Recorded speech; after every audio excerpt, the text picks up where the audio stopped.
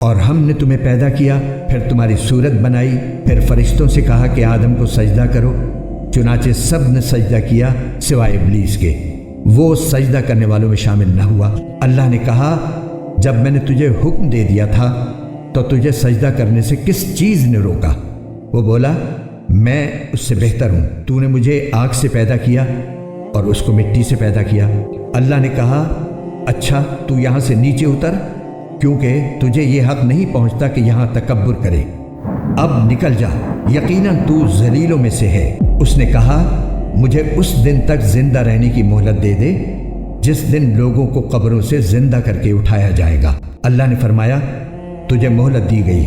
کہنے لگا، اب چونکہ تو نے مجھے گمراہ کیا ہے، اس لیے میں بھی قسم کھاتا ہوں کہ ان انسانوں کی گھات لگا کر تیرے سیدھے راستے پر بیٹھ رہوں گا، پھر میں ان پر چاروں طرف سے حملے کروں گا، ان کے سامنے سے بھی اور ان کے پیچھے سے بھی اور ان کی دائیں طرف سے بھی اور ان کی بائیں طرف سے بھی، اور تو ان میں سے اکثر لوگوں کو شکر گزار نہیں پائے گا۔ اللہ نے کہا، نکل جا یہاں سے ذلیل اور مردود ہو کر، ان میں سے جو تیرے پیچھے چلے گا وہ بھی تیرا ساتھی ہوگا، اور میں تم سب سے جہنم کو بھر دوں گا۔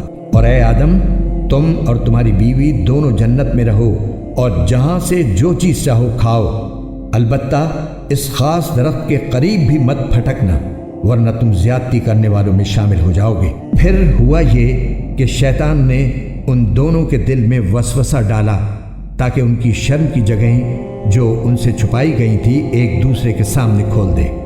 کہنے لگا کہ تمہارے پروردگار نے تمہیں اس درخت سے کسی اور وجہ سے نہیں بلکہ صرف اس وجہ سے روکا تھا کہ کہیں تم فرشتے نہ بن جاؤ یا تمہیں ہمیشہ کی زندگی نہ حاصل ہو جائے۔ اور ان کے سامنے وہ قسمیں کھا گیا کہ یقین جانو میں تمہارے خیر خواہوں میں سے ہوں۔ اس طرح اس نے دونوں کو دھوکہ دے کر نیچے اتار ہی لیا۔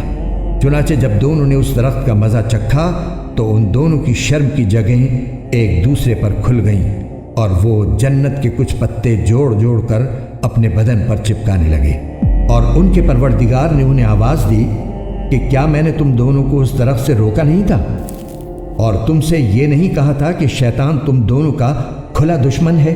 دونوں بول اٹھے کہ اے ہمارے پروردگار، ہم اپنی جانوں پر ظلم کر گزرے ہیں، اور اگر آپ نے ہمیں معاف نہ فرمایا اور ہم پر رحم نہ کیا تو یقیناً ہم نامراد لوگوں میں شامل ہو جائیں گے۔ اللہ نے آدم، ان کی بیوی اور ابلیس سے فرمایا، اب تم سب یہاں سے اتر جاؤ، تم ایک دوسرے کے دشمن ہوگے، اور تمہارے لیے ایک مدت تک زمین میں ٹھہرنا اور کسی قدر فائدہ اٹھانا طے کر دیا گیا ہے۔